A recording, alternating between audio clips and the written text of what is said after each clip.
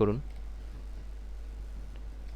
এবং এটা আমরা পজিশন মতন বসিয়ে আমরা টুলবারের বাই ডিফল্ট ডস টুল এটা প্রথমে থাকে, ফার্স্টে থাকে।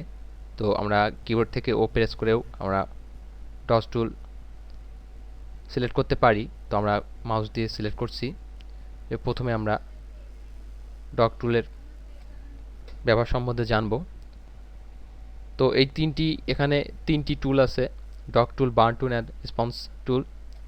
এই তিনটি টুল দ্বারা ইমেজের আলোকিত অংশ এবং অন্ধকার অংশের টোনার কন্ট্রোল করা হয়। ডস টুল ব্যবহার করে আমরা ইমেজের আলো তৈরি করতে পারি, এবং উজ্জ্বল করতে পারি।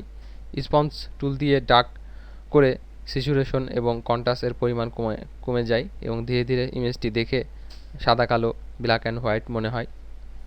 এবং বার্ন টুলের মাধ্যমে আমরা কোনো ইমেজকে অন্ধকারাচ্ছন্ন করতে পারি। তো আমরা আসলে এটা আমরা বাস্তবে করে দেখব।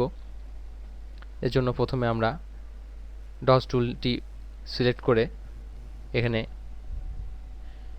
এসে রিসেট অল টুল ক্লিক করে ওকে করব এবং এখান থেকে আমরা সফট রাউন্ড 100 পিক্সেল এটা ডবল ক্লিক করব এবং আমরা দেখব যে ইমেজের এই অংশটুকু আমরা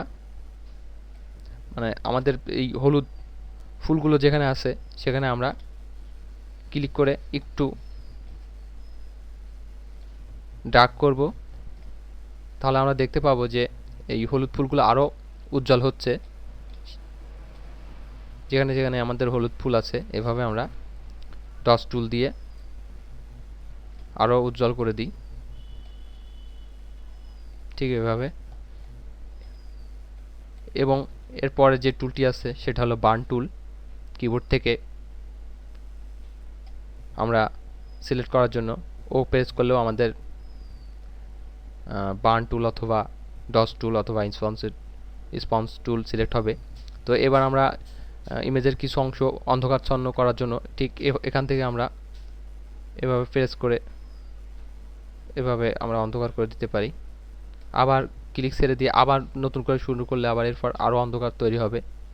এভাবে আমার যতটুকু প্রয়োজন আমরা অন্ধকার করে নিতে পারি।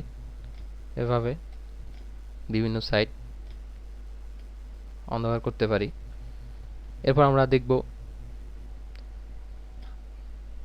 রেসপন্স টুলের ব্যবহার। এর জন্য আমরা একটি কাজ করতে পারি, সেটা হলো যে রেক্টেঙ্গুলার সিলেকশন টুলটি নিয়ে আমরা এখানে এসে রিসেট অল টুলে ক্লিক করে ওকে করে আমরা এখানে একটি